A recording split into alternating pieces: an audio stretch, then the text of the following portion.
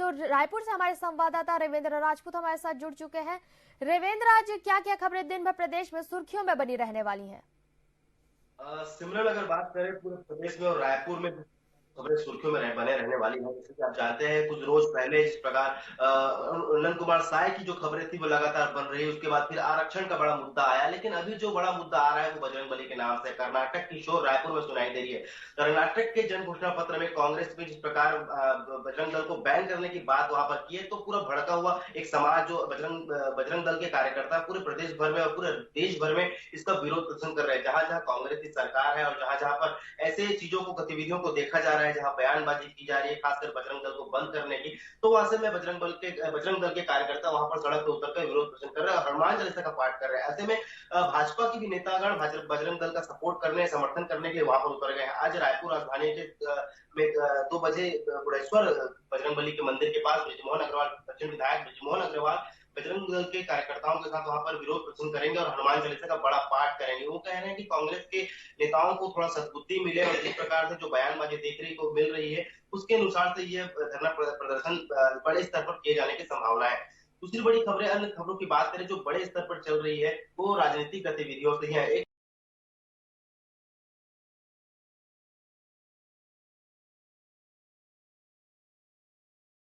कि हाल में ही पूर्व की शक्तियों को रावण नहीं जान पाए। अब यहाँ पर हनुमान जी कौन है और रावण कौन है, इसको जनता को समझना पड़ेगा कि इस प्रकार जिस संदर्भ में पूर्व मुख्यमंत्री रमन सिंह ने कहा था, वो अलग अलग दोनों है।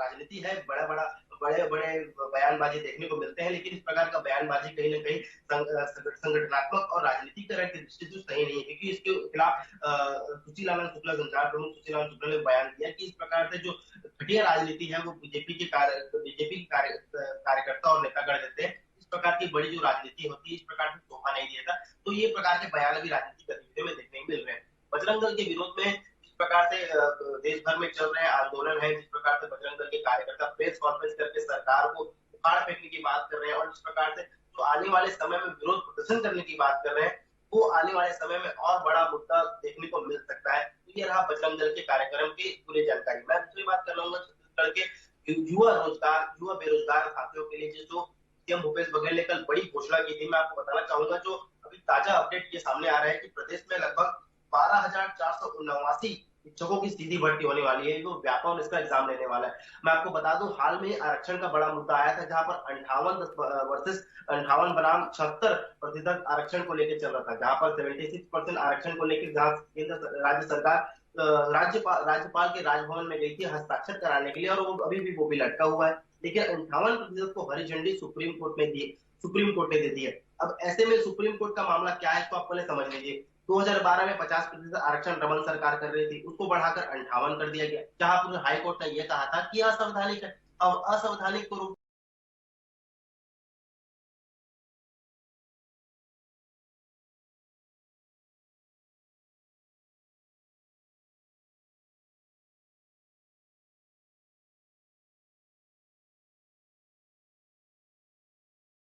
वो चलता रहा।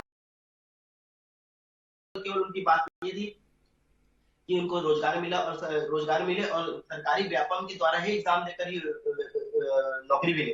लेकिन जब बात यहाँ पर आई आरक्षण की, जब 76% आरक्षण पे जब बात आई, तो वहां पर ST SC जनरल OBC की जो सामान्य वर्ग की, जो नीचे वर्ग के लोग हैं, उन्होंने इसका विरोध नहीं किया। लेकिन जब सरकार उसको लेके राजभवन गई, तो वहां पर आरक्षण को रोक दिया गया। जब रोका गया तो यहाँ पर वैकेंसी नहीं निकली, जो सीधी भर्तियां थे वो बंद हो गई, प्रमोशन पदोन्नति आवेदन स्कूलों में थे वो बंद हो गए। तो यहाँ पर कहीं ना कहीं सरकार को ये लगा कि कहीं ना कहीं आने वाले चुनाव के समय जब वैकेंसियां भर्तियां नहीं निकलेंगी, तो कहीं ना कहीं चुनाव प्रभावित होगी और सीटें कम आ जाएगी, क्योंकि जो बस्तर संभाग का बेल्ट है और सरगुजा संभाग का बेल्ट है, उसमें 29% ST सीटें हैं। तो इस प्रकार का ये पूरा मामला रहा। मैं आपको समझाना चाहूंगा 58% की राजनीति, 58% आरक्षण में जब सीधी भर्तियां निकलेंगी, तो कहीं ना कहीं सभी वर्गों को एक समान आरक्षण के आधार पर चयनित किया जाएगा। अब यहाँ पर 12,000 वैकेंसी निकली गई, जिसमें से 6,285 सहायक शिक्षक, 5,772 शिक्षक और तथा 432 व्याख्याता पदों पर हुई। ये सभी 6 मई से भरे जाएंगे, ऑनलाइन आवेदन रहेंगे। और जो भर्ती का जो प्रमुख रहेगा वो व्यापम द्वारा लिया जाएगा। तो व्यापम एक बड़ा स्तर पर 12,000 शिक्षकों की भर्ती ले रहा है, जो कि एक सुविधाजनक है और खुशखबरी है आम युवाओं के लिए, जहां पर एक बेरोजगारी भत्ता 2500 मिल रहा है और वहीं पर ऑनलाइन आप शिक्षा कर्मी का फॉर्म भर सकते हैं, नौकरी पा सकते हैं। तो एक बड़ा कार्यक्रम और एक बड़ा आंदोलन जो चल रहा था काफी समय से, वो अब पूर्ण होते दिखाई दे रहा है। तो ये रही दो बड़ी खबरें जो राजधानी रायपुर और पूरे प्रदेश में सुर्खियों होने वाले। अब बात करेंगे कोरोना की। जिस प्रकार से कोरोना संकट को लेके अभी राज्य सरकार और स्वास्थ्य मंत्री टी एस सिंहदेव ने बड़ा बयान दिया था कि यह कोविड का जो आंकड़ा बढ़ रहा है उससे डरने की जरूरत नहीं, लेकिन डरने की यहाँ पर जरूरत है, क्योंकि अब जी रविंद्र, मौसम को लेकर क्या अपडेट्स हैं?